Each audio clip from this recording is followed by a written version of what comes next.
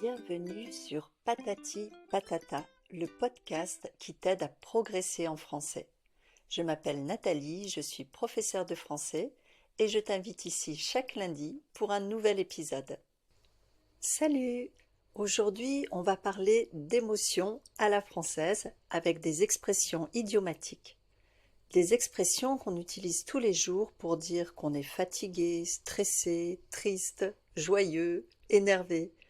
Tu vas voir, elles sont souvent très imagées. Allez, c'est parti.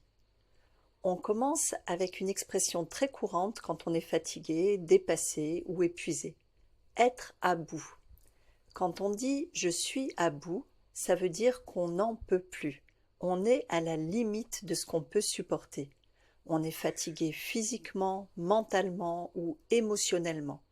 Par exemple, entre les enfants, le travail et les papiers à faire, je suis à bout. Tu peux entendre aussi à bout de force, à bout de patience, à bout de nerfs, à cran. Ce sont des expressions qu'on utilise beaucoup dans la vraie vie. Et justement, parfois, quand on est vraiment à bout, on finit par exploser. C'est là qu'on utilise l'expression suivante « péter un câble ». C'est une expression très familière. Elle veut dire perdre le contrôle, s'énerver d'un coup. On explose, on crie, on envoie tout balader. Par exemple, quand j'ai vu que mon frère avait encore pris mes affaires sans demander, j'ai pété un câble. On imagine un câble électrique qui saute, comme un court-circuit. C'est un peu ce qui se passe dans notre cerveau quand on est à bout, on craque. Pour parler de stress, on a l'expression « avoir la boule au ventre ». Cette expression décrit une sensation physique. Tu sais, ce moment où tu es stressé, où tu sens ton ventre se nouer, se serrer, comme s'il y avait une boule à l'intérieur. C'est une tension très forte liée à l'angoisse. Par exemple, avant de passer mon examen, j'avais la boule au ventre. C'est une expression très parlante et en français, on parle souvent du ventre pour exprimer une émotion. On a aussi l'expression « se prendre la tête ». Quand on se prend la tête, on pense trop, on tourne en rond, on se fait du souci. Par exemple, je me prends la tête pour un message que j'ai envoyé hier. Ou allez, arrête de te prendre la tête, respire un coup. C'est une expression très familière. On reste sur la tête avec l'expression faire la tête.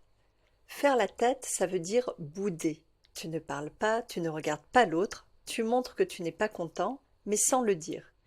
Par exemple, il n'a pas eu ce qu'il voulait, alors maintenant il fait la tête. On l'utilise beaucoup avec les enfants, mais les adultes le font aussi. On dit aussi bouder ou en plus familier, on peut dire faire la gueule, tirer la tronche. On a aussi l'expression avoir le cœur gros.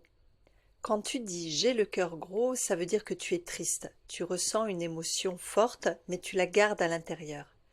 Par exemple, je suis partie sans lui dire au revoir, j'avais le cœur gros. C'est souvent utilisé dans des situations de séparation, d'adieu ou même de nostalgie. Bon, un peu d'émotion positive maintenant. Tu connais l'expression « avoir la pêche » ? Quand tu as la pêche, tu es en forme, motivé, plein d'énergie.